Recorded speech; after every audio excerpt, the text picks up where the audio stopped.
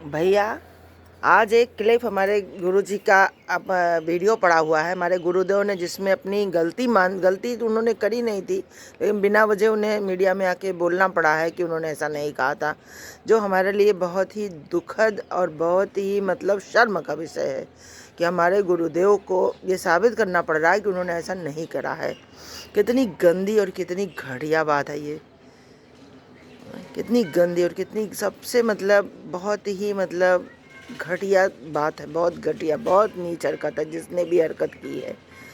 अब बताइए, अरे जितना समय तुम ये सब बकवास करने में बिताते हो ना, इतना समय अगर भगवान का सुमिरन करने में बिता लो तो ये लोग भी सुधर जाए और वह लोग भी सुधर जाए और इन पापों से भी तुम बच जाओ जो तुम संतों का अपमान करके पाते हो। ये जो तुम कमा रहे हो ना, बताओ, जो इतनी करोड़ों माला जप रहा है, अगर उसकी हाय लगेगी तो तुम कहाँ जाओगे? तुमने कभी सोचा है?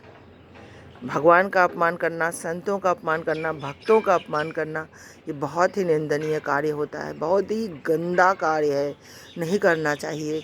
यदि आप किसी की इज्जत को बढ़ा नहीं सकते, किसी के सम्मान को बढ़ा नहीं सकते, तो आपको कोई अधिकार नहीं है कि आप किसी का अपमान करिए, किसी को आप नीचा दिखाइए। अरे अच्छी बात है, कम से कम हम लकी हैं, हम भाग्यशाली हैं कि पहले तो हमें पता ही नहीं चलता था कि कहाँ पे क्या हो रहा है। कम से कम सोशल मीडिया, मोबाइल और टीवी आदि आदि के ज़रिए हमको ये चीज़ पता चलती है कि इतने अच्छे अच्छे संत हमारे बीच में हैं, इतनी अच्छी अच्छी बातें हमारे बीच में हैं, तो हम उसको क्यों ना अपने पास लेके उसका अनुसरण करें और उसके राहों पर चलकर अपने जीवन को धन्य बनाएं, अपने बच्चों को सही शिक्षा दें, सही तरीके से उनका लालन पालन करें, उन पर ध्यान दें, ना कि ये फालतू की बकवास करने में ध्यान दें हम। बताइए, सतयुग को लोग पूछ रहे हैं कि राम कौन थे? राम तो खीर खाने से पैदा हुए और दशरथ ने 3 शादियाँ क्यों की? अरे भाई, वो उनका विषय था। कृष्ण भगवान जेल में पैदा हुए, जेल में क्यों पैदा हुए? उनको राजा के यहाँ पैदा होना चाहिए था। अरे भैया, वो उनका अपना विषय है, वो भगवान है, तुम भगवान नहीं हो। और भगवान को जानने के लिए तुमको फिर 84 लाख योनियों में कीड़े मकोड़े बन के ही तुम वो ज्ञान प्राप्त कर पाओगे।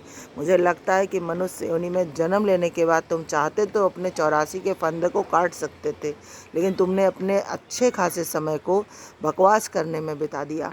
ना तो तुमने अपने बच्चों पर ध्यान दिया, ना तो तुमने इस देश समाज के लिए कुछ किया, ना तो तुम किसी काम के रहे। तुमने खाली ज़िंदगी में बकवास की, बकवास के अलावा तुमने कुछ नहीं किया और संतों का अपमान करके तुमने अपने लिए एक और नया गड्ढा खोद दिया, नया गड्ढा बना लिया है जिसमें अब तुम डूबोगे ही डूबोगे।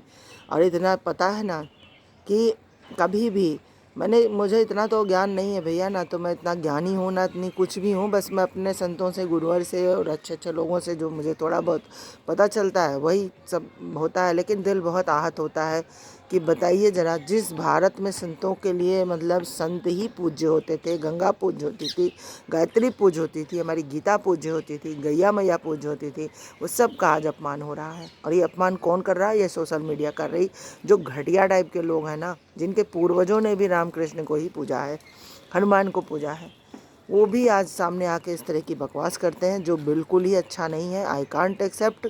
मुझे बहुत दुख है, बहुत दुख है, बहुत दुख है, क्योंकि हमारे गुरुवर की आज आँखों से आंसू बहे हैं। वो आंसू बेकार तो नहीं जाएंगे, इतना तो हमको पता है। और जिसने भी उनकी आंखों से आंसू निकाला है ना, उसने अपने विनाश के लिए रास्ता तय कर दिया है। बस यही हमको कहना है। एक दिन शमशान चले जाना, पता चल जाएगा कि तुम्हारी औकात कितनी है। अपनी औकात अगर जाननी हो ना, तो कभी कभी शमशान चले जाया करो। हमने अच्छे अच्छे लोगों को मणिकर्णिका घाट पे करोड़ों को, अरबपतियों को और लखपतियों को, रोडपतियों को, सबको राख होते हुए देखा है। वहीं जाकर पता चलेगा कि तुमने अपने जीवन में क्या कमाया है और क्या कर सके हो। जाकर भगवान को क्या मुंह दिखाओगे, ये तो तुम ही को सोचना है। हम तो कुछ नहीं कर सकते, हम लोग तो तुच्छ प्राणी हैं, हमारा तो कुछ भी नहीं है।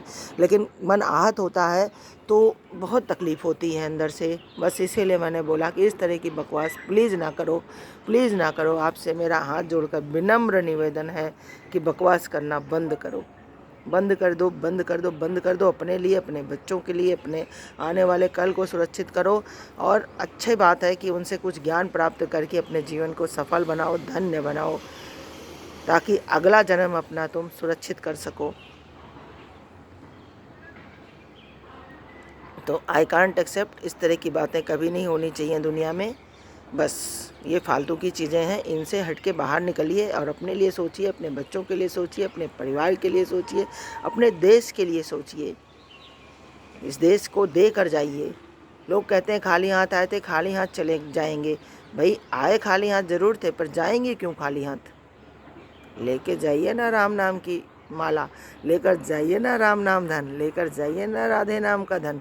किसने मना किया है? पर जिसके भाग्य में नहीं होता ना, वो नहीं पाता। सकल पदार्थ है जग माही, कर्महीन नर पावत नाही। ये तो है ही है हमारा दोहा ना। तो जिस कर्म में जिसके नहीं लिखा वो नहीं पाएगा। इसलिए प्लीज़ इन अफवाहों पर ध्यान ना दीजिए। कोई अगर आपसे भी कुछ कहता है तो प्लीज़ इस पर बात विश्वास मत करिए और अपना काम करिए, अपने ढंग से रहिए। राधे राधे।